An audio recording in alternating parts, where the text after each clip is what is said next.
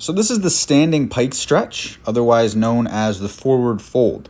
So in this video, I'm going to talk about the finer details of the pike and provide different strategies that we can use to develop the strength and flexibility required to achieve a palms to floor pike with straight legs. So when it comes to the standing pike, one of the most overlooked aspects of the position is actually the strength aspect, and more specifically, the compression strength. So your ability to compress your abs and your sternum down towards the hip flexors and your thighs to compress the body, okay? So one strategy that we can use to really learn how to apply this compression strength to the position and just kind of get a better sense of what that feels like is to use any sort of object. Yoga blocks are going to be ideal, but anything that you can use to place between your abs and your thighs, so at about the waistline level, and we can then just fold forward and think about doing our best to really squeeze that block between our abs and our thighs here. Now, if you're at a regress level, a beginner level, and you can't even get down there while maintaining straight legs, that's okay. We can then add just a slight bend in the knees to allow you to really feel the sensations of that compression strength, as well as build more compression strength and really learn how to utilize it. So if that's the case, we just have a slight bend in the knee here. And again, we're just trying to compress that block and squeeze it together as much as we possibly can. So another strategy that we can use either on its own or together in tandem with the abdominal block compression is using some sort of elevation off the floor to push our hands down into and learn how to now create and apply a downwards force as well as that compression strength.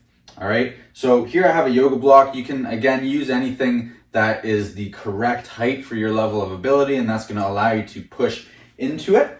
Now for the example, I'll show you using both. So here I'm placing that block between the abs and the thighs, compressing down into that, and now we can also push our hands down into our elevation. And the beauty of this is that you can use an elevation that is whatever height that's going to meet your hands where you're at. So it essentially is like bringing the floor up to meet your hands.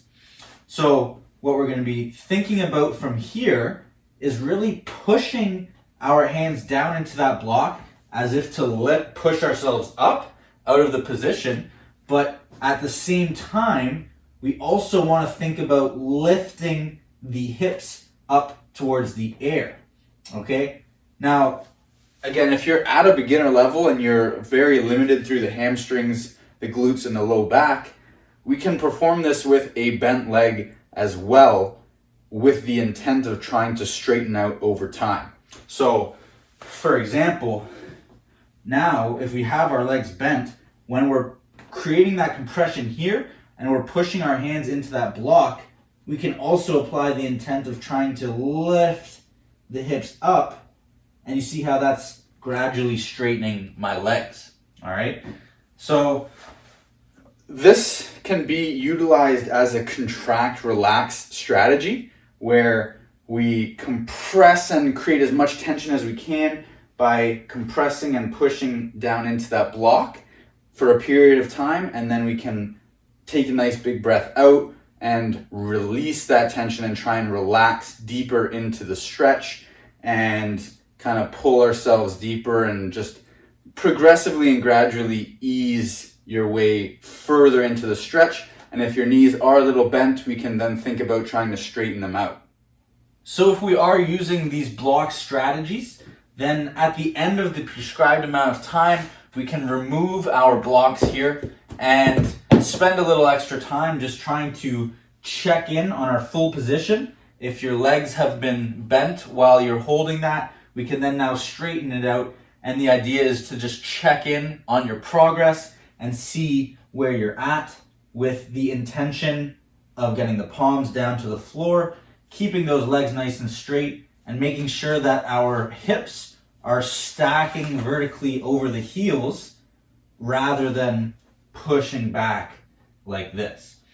Now, as you enter the higher levels and you get a reasonable amount of flexibility and strength in this position, we can then take it one step further and grab a hold of the ankles, all right, and think about applying that compression strength that we've been learning and aiming to hit the milestone of getting your head to touch your knees. So we're using our hands to grab the ankles and pulling ourselves down.